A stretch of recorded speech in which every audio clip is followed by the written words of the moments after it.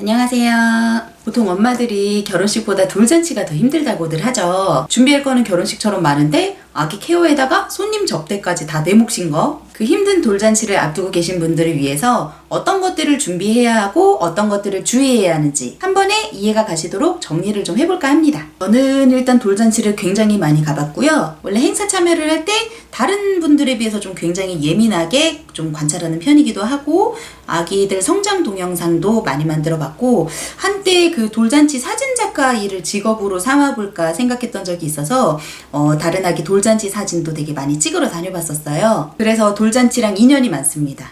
저희 아이 돌잔치는 폭삭망했어요. 그래서 더 잘 말해드릴 수 있습니다. 해야 될 거를 시간차순으로 나열해보자면 홀 예약, 스냅, 의상, 헤어 메이크업, 포토 테이블, 성장 동영상, 답례품, 초대장, 이벤트상. 행사장 연계업체로 모든 걸 다 하고 싶다 라고 하시면은 2번부터 8번까지를 다 거기서 안내해 주시는 대로 하면 되고, 그 중에 의상은 내가 인터넷으로 주문하고 싶다, 스냅은 조금 잘하는 외부 업체를 쓰고 싶다, 이러면 개인적으로 알아보시는 거예요. 항목별로 하나하나 중요한 걸 좀 찝어보고 마지막으로 행사장에서 꼭 지켜야 할 주의사항 같은 거 한번 알려드리도록 하겠습니다.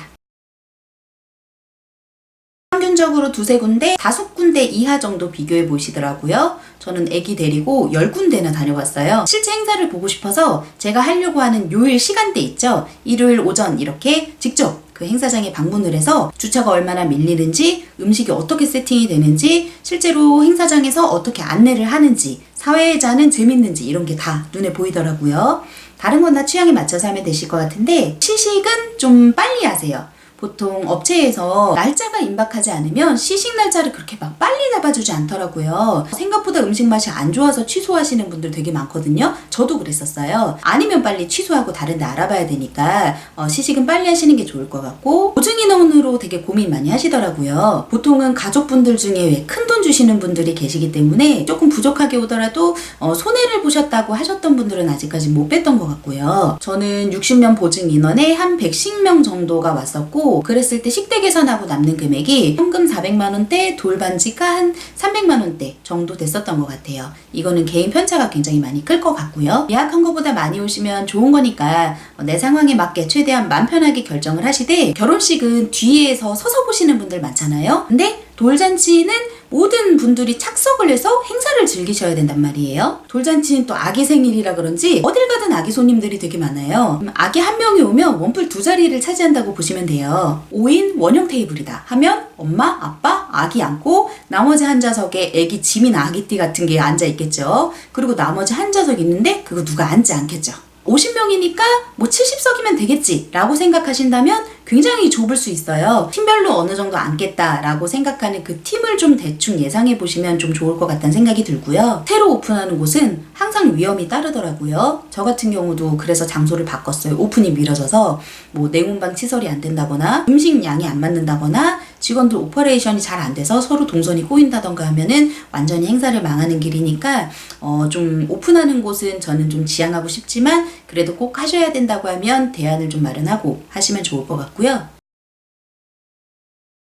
행사장하고 연계된 곳에서 찍으면 뭐 편하고 알아서 다 해주시죠. 그 장소에 맞는 최적화된 사진 툴을 가지고 계실 테니까 뭐 신경 쓰지 않아도 되는데, 전문 행사장 말고 일반 뷔페나 호텔 같은 데서 하시는 분들은 스냅을 따로 알아봐야 되잖아요. 그런 경우 스냅도 좀 빨리 알아봐야 되더라고요. 그래서 2번째로 꼽았는데, 저는 20만원에 7개월쯤에 예약을 했었어요. 저는 처음 예약한 곳이 돌잔치 전문 행사장이 아니어서 스냅을 예약을 했고, 돌잔치 장소가 불이 나면서 어쨌든 최종적으로 좀 동네 행사장으로 바뀌었어요. 근데 그 감각적이신 분이 동네 행사장으로 오니까 똑같아지더라고요. 그 애기 서로 마주보고 박수치고 웃고 애기 이렇게 위로 올려주고, 그분 입장에선 장소적 컨셉을 이용하실 수가 없었던 거죠. 이건 제 생각인데요. 돌잔치 사진의 굉장한 레벨업은 좀 기대하기 힘든 것 같아요. 한 가지 팁을 드리자면, 지인이 맘카페에서 3만원을 주고 1시간을 섭외를 했어요. 그래서 그분이 와서 엄마 핸드폰으로 계속 사진을 찍어줬는데, 특히 아기 사진은 셔터를 계속 눌러야 진짜 자연스러운 사진을 건질 수가 있단 말이에요. 그래서 오히려 연출된 스냅 사진보다 그냥 막 무수히 찍었던 그 핸드폰 사진이 건질 게 더 많았다고 하더라고요. 요건 한번 참고해 보시면 좋을 것 같고, 의상은 크게 한복과 사복을 결정하잖아요. 이건 취향에 맞게 하시면 되는데 혹여 저처럼 살을 못 뺐는데 어설프게 드레스를 입으시면 옷이 불편한 데다가 애를 계속 들었다 내렸다 하니까 숨이 막 차더라고요. 배를 억지로 들이밀고 있으니까 너무 힘들었었어요. 마음 편하게 한복을 입으시는 걸 추천하고 싶고요. 아기 의상에 맞춰서 고민하시겠다. 그러면 애들한테는 한복이든 드레스든 불편한 건 매한가지예요. 옷이 불편한 거를 정말 못 견디는 아이들은 행사날 진짜 짜증이 솟구칠 수 있거든요. 잔치 전에 행사 옷과 비슷한 옷을 여러 번 입혀보는 시도를 하시면 좋을 것 같아요. 그리고 머리숱이 없는 여아들, 특히 머리 장신구에 신경을 좀 잘 쓰시길 바랍니다. 드레스 입고 꽁지머리한 저희 아이처럼 되실 수가 있어요.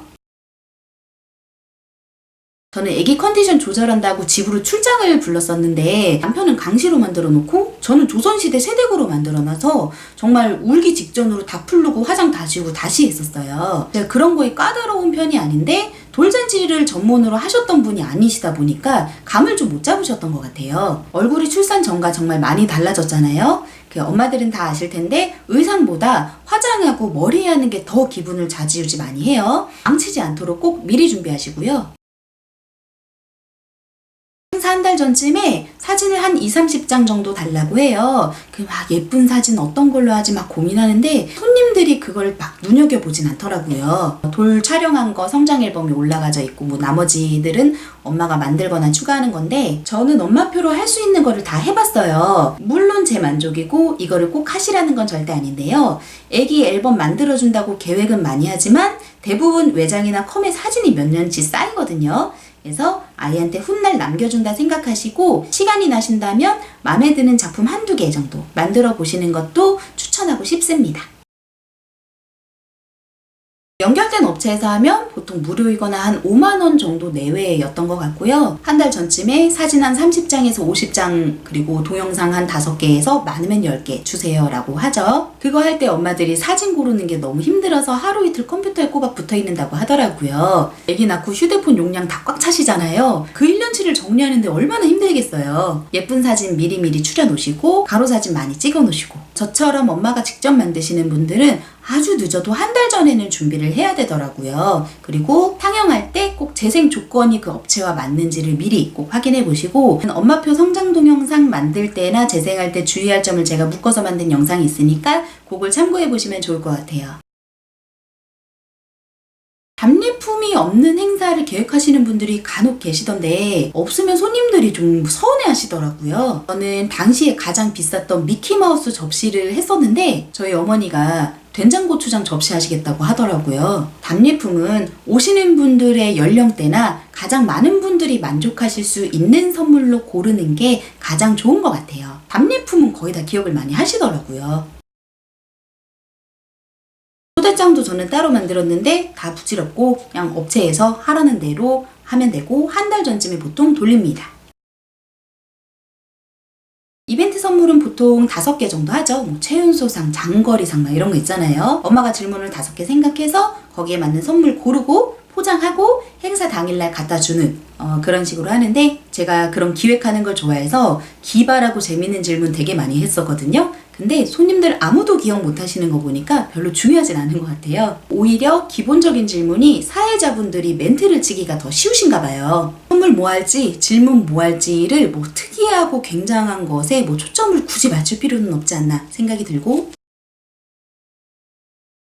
손님들이 자리를 못 잡고 헤매면 굉장히 불편해 하시거든요. 어느 정도 자리가 찼다 싶을 때는 그 이후에 오시는 분들은 엄마 아빠가 조금 헤매지 않도록 자리를 좀 잘 잡아서 안내해 주시면 좋을 것 같고요. 저는 애기 컨디션 관리를 그날 진짜 잘했는데도 당일날 행사장에서 굉장히 아이가 불편해해서 좀 힘들었었어요. 저처럼 저한테만 껌딱지처럼 달라붙으면 정말 너무 힘들거든요. 행사하기 전에 아빠가 아기를 많이 안는 연습, 습관을 좀 들이시도록 하면 좋고요. 아이가 좋아할 만한 빅 무기, 뭐 장난감이나 먹을 것들 그런 거를 최대한 다양하게 준비하셔서 혹시 모를 위기를 최대한 막으시기 바랍니다. 손님들이 돌잔치 내내 화가 나 있었대요. 표정 관리 저처럼 생각보다 못하시는 분들 되게 많거든요. 행사 진행 잘 되는지 봐야 돼, 아기 상태 봐야 돼, 오는 사람 가는 사람 다 인사해야 돼. 되게 힘들어요. 중간중간 내 얼굴을 좀 확인할 수 있는 시간 가지시고요. 결혼식은 아예 돈 받는 지정석이 있잖아요. 뭐 못 받으면 절친들이 다 받아다 주고 근데 돌잔치는 다 엄마 아빠한테 줘요. 그것도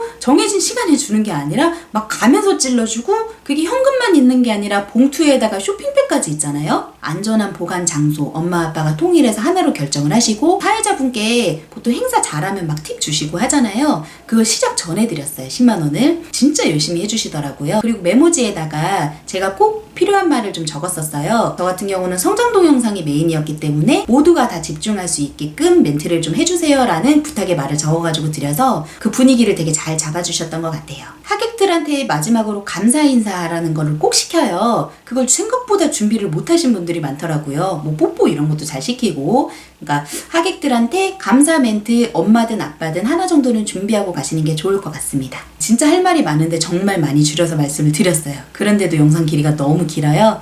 어쨌든 1년 동안 엄마들 고생 정말 많았고요. 첫 행사 아기의 행복한 생일잔치가 되시길 바랄게요. 안녕.